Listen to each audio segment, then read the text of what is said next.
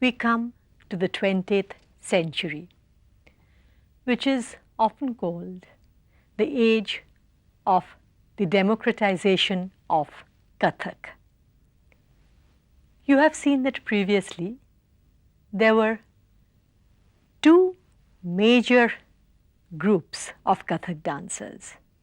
One was from the traditional Kathak families who were of the Brahmin caste, and they were male dancers. The women came from the Baiji class, and they were often looked down on, called the wives.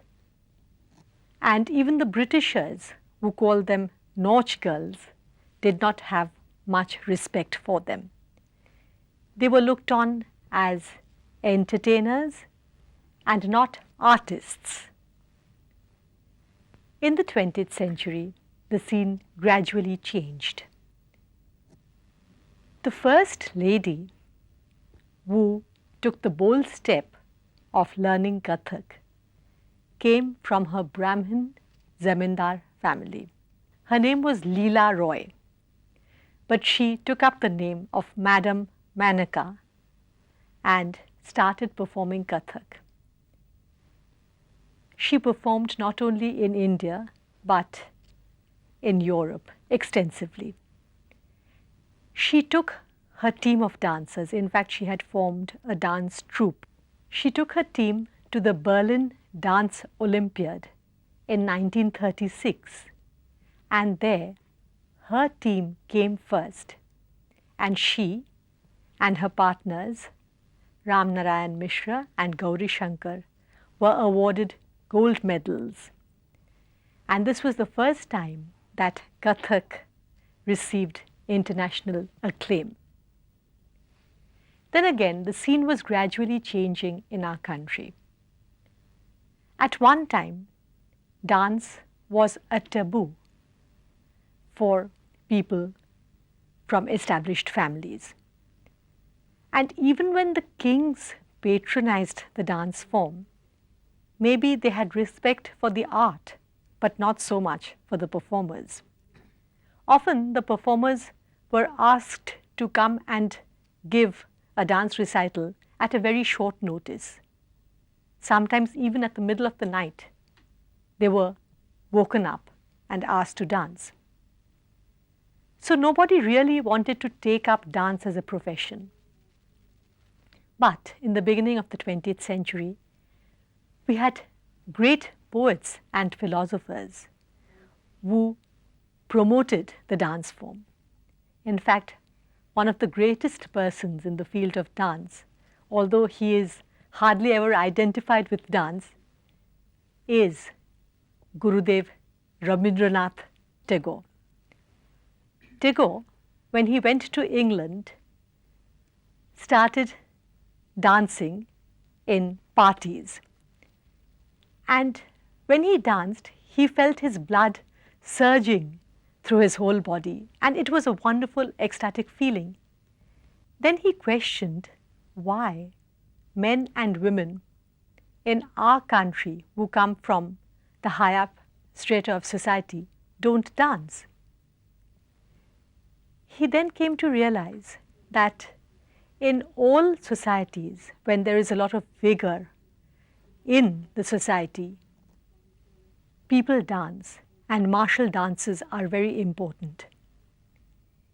he was sad that dance was missing from our society, and he started promoting dance. In fact, in Shantiniketan, he had dance as a very important part of the curriculum. At that time, other important people were also promoting dance. Mahakavi Vallathal Narayan Menon in Kerala was promoting Kathakali dance. Then we have Rukmini Devi Arundel, who discovered the beauties of dance, learnt it herself, set up an institute to teach dance in Tamil Nadu, in Adyar. At this time, Uday Shankar, who had gone to study art in London, also realized the beauty of our dance forms. The early 20th century was also very important because several established dancers from Europe and the United States, such as Anna Pavlova, Ted Shawn, Ruth St. Denis, all came to India and performed. The people of our country soon realized that dance was not just meant for a small gathering.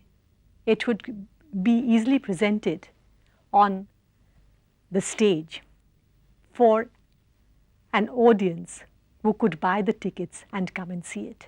This was also a time when the various kings were gradually losing their political supremacy. But before we come to the end of the era of princes and kings, we must discuss the contribution of one very great person in the field of Kathak. He is no other than Raja Chakradhar Singh of Raigarh. Raigarh, which is now a part of modern Chhattisgarh. Raja Chakradhar Singh ruled from 1935 to 1947. Now, unlike Lucknow or Jaipur, Raigarh did not have any dance tradition as such, but it was because of the contribution of Raja Chakradhar Singh that Raigarh has become important in the world of Kathak.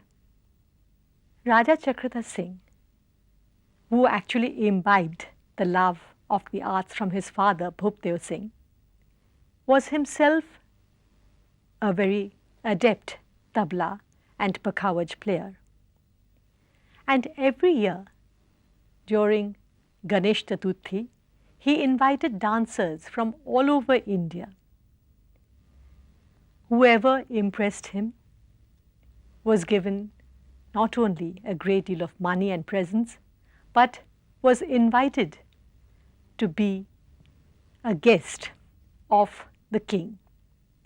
In fact, Jayalal ji of the Jaipur Gharana, Achan Maharaj, Lachu Maharaj, Shambhu Maharaj of the Lucknow Gharana, Sukhdev Maharaj, father of our famous Sitara Devi, they all stayed in Raigarh for quite a few years. Some for maybe 5-6 years, some a little more, some a little less. Now, what was important about Raigarh was that here were several artists with their children residing in the same place. Earlier, the training had been in this way, that a guru of the Jaipur Gharana teaches his son or his disciples, and they are in a small coterie, the Jaipur family. But in Raigarh, what was happening was that gurus of the Lucknow and the Jaipur and the Banaras Gharanas were staying at the same place, and so their disciples could actually learn from the other Gharanas as well. And even if they did not always learn, they could even pick up ideas and movements from the other Gharanas. In Raigarh, the Raja undertook another very important step. He chose young dancers, rather young folk dancers from amongst the very common people of that area, and had them trained under the great gurus. And so Kartik Ram, Kalyan Mahant, Firtu Das, Barman Lal, all who came from the local people had the opportunity of being trained by the great stalwarts and becoming great artists. So you did not have to belong to a Kathak family to learn. It was the Raja who encouraged common people to learn. But again, these four came from the very common laboring class. But the 20th century again saw people from highly educated and cultured families coming into the field. How did this happen? Tagore, who was a very well-known figure by the time he started Shantiniketan and later Vishwabharati, invited children of his friends to come and become students of his institution. And he always encouraged them to sing and to dance.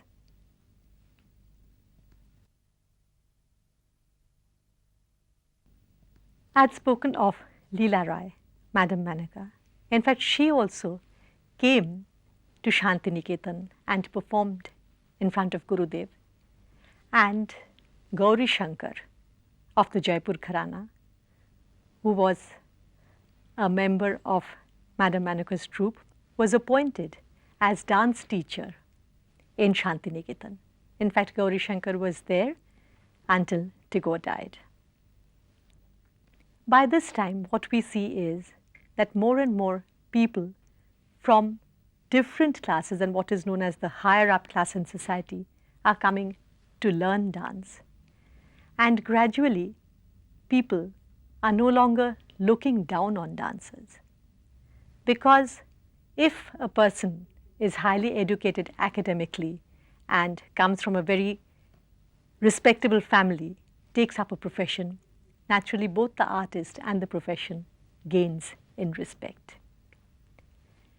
Then again, this was a time when we were all proud to be Indians. In the early 20th century, the nationalistic consciousness had reached a zenith. It was this consciousness that motivated our forefathers to fight for independence. And so all Indians were proud of everything that was Indian, proud of our heritage, proud of our culture. And so instead of looking down, as the British had taught us to, on our dance heritage, we were proud of that heritage. We were proud to see it, to promote it, and even to perform it. Then the European and American dancers had taught various impresarios of our countries, such as Horen Ghosh, to present these art forms commercially. Earlier, the audience had been restricted in the sense that the king or the Nawab used to invite his chosen number of guests. But now, anybody who wanted to could buy a ticket and go and see a performance. And gradually, the awareness of the beauty of these dance forms was spreading. Nawab Wajid Ali Shah, who came to Calcutta after his deposition, did not give up his love of the arts. In fact, he spent most of the money that he used to get from the Britishers. He used to get rupees 12 lakhs in those days, which was a very handsome amount considering the time, 1856 onwards. He spent the majority of that in promoting dance and music. And since he no longer had his courtiers of Lucknow, he used to invite whoever was interested in Calcutta and from other places to come and see the dance and music performances. Then, a little before the independence, a number of dance and music schools came up in Delhi and other metropolitan cities. In Delhi, There was the Bharatiya Kala Kendra, Gandharva Mahavidyalaya. Then there were other major schools in Bombay as well as in what was then Calcutta, Kolkata. Various gurus who were no longer dependent on the princely states started their own institutions where students from all walks of life could come and learn. Then from the independence onwards, the government has been promoting the dance and music forms in a very big way. The Kathak Kendra was set up in Delhi, and soon there were other Kathak Kendras in Jaipur and Lucknow as well. Various state governments also started promoting the arts. And what was more important is that previously the various dance forms were performed and taught within their own region, and Kathak was more or less confined to North India. But after the independence, many Kathak artists moved down south. In Bangalore and Madras, Kathak academies were set up. The government also wanted the people of our country to be acquainted with all the dance forms, and so Kathak was performed throughout India. There were several major artists who started taking dance troupes abroad. I have told you about Madam Menaka. Then there was Ram Gopal, who himself was a Bharatanatyam dancer, but he took a troupe abroad, and in fact he was there performing for several years, and he called it a troupe of Indian dancers. Kathak dancers such as Kumudini Lakhia and Sohan Lal performed in this group. And so Kathak gradually began, we may say, to spread its wings, and people from all over the world came to know about it, to appreciate it, and then to learn it. Now, obviously, if the area in which it is being performed changes, and if the artists also are now different, the style will naturally be affected. There is one more fact that I would like to stress on at this point. It is that now universities teaching fine arts and performing arts came up. In fact, many of the Rajas knew that in any case their palaces and their kingdom would become a part of India. So they volunteered to offer their palaces for universities. That is how the Maharaja Shayaji University of Baroda came in, where Kathak is taught in a major way. That is how the Indira Kala Sangeet Vishwavidyalaya of Khairagarh came in, where the Khairagarh king offered the palace. And of course, in Vishwabharati, dance was taught, but Kathak not for a very long time. But in Rabindra Bharati University in Kolkata, Kathak is taught. In this part of the episode, we have seen how the artists, the audience, the arena, and even the institutions for teaching Kathak have changed. In the concluding part, we will see what the effects of the change have been as far as the dance style and the dance presentations are concerned. In the first part of this episode, we saw the change that was taking place in the Kathak scene, and we saw that the artists, the audience, and even the arena of the dance was changing. Now, obviously, because of these factors, there was a change in the dance style and in the dance presentations. Now, since any and everybody could learn the dance form, and it was also now a very respectable art form, many more people were coming to learn the dance, and the number of dancers were also increasing. So, many of the gurus started choreographing group numbers, because now they had many more talented dancers to perform in these groups. And again, since the arena was also changing, previously there was one dancer with the audience sitting around the dancer. So they were in close proximity to each other, and the very fine nuances in the facial expressions of the dancer could be seen. But when you have a very large audience, then the people sitting at the back of the audience or at the back of the auditorium cannot see the fine nuances of the dancer. Sometimes they can just about see the face of the dancer. So in order to portray or communicate ideas or stories, you need different characters, different dancers. So from around the middle of the 20th century, group dance presentations, both in the form of dance dramas and individual group items, came into vogue.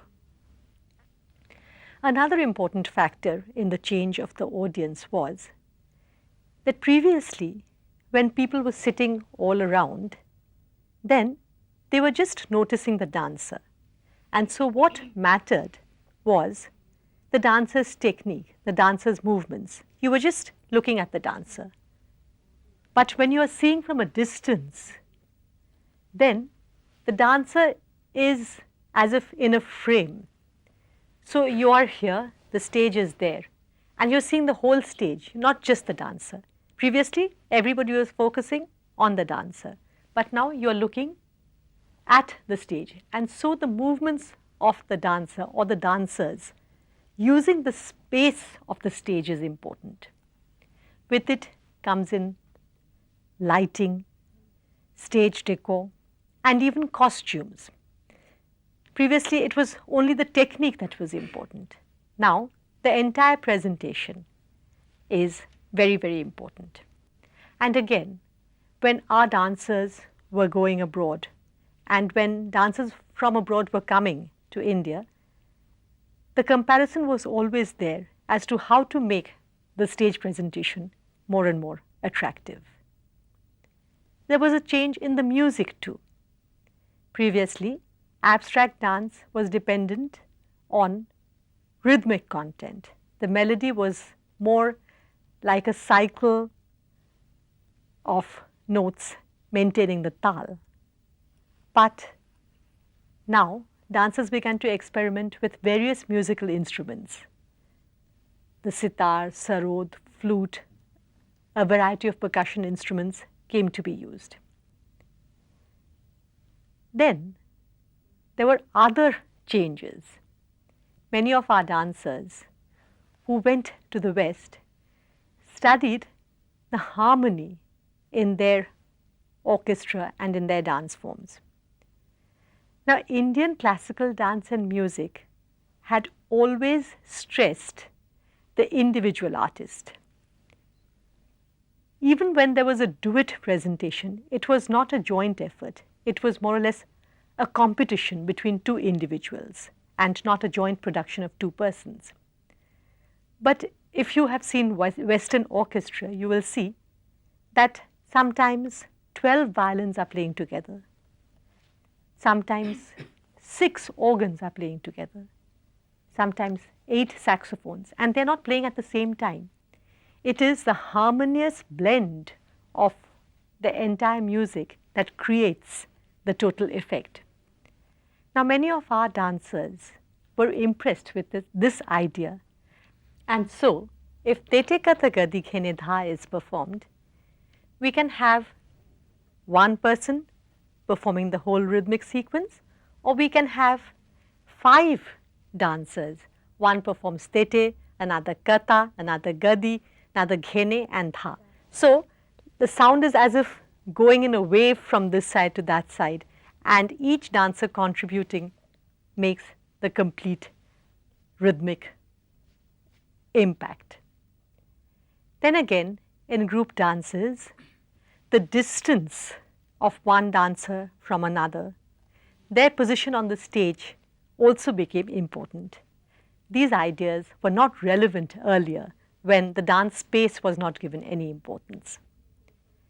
Then in modern India, many new ideas have come up in the dance presentations. Previously, the Abhinaya was based on mythological stories, and the moral concepts were that of good and bad.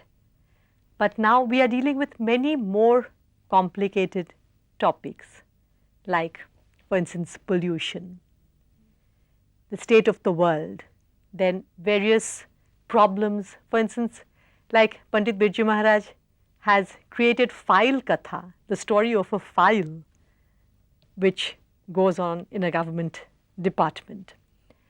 And so many new ideas, new concepts, new presentations are coming up.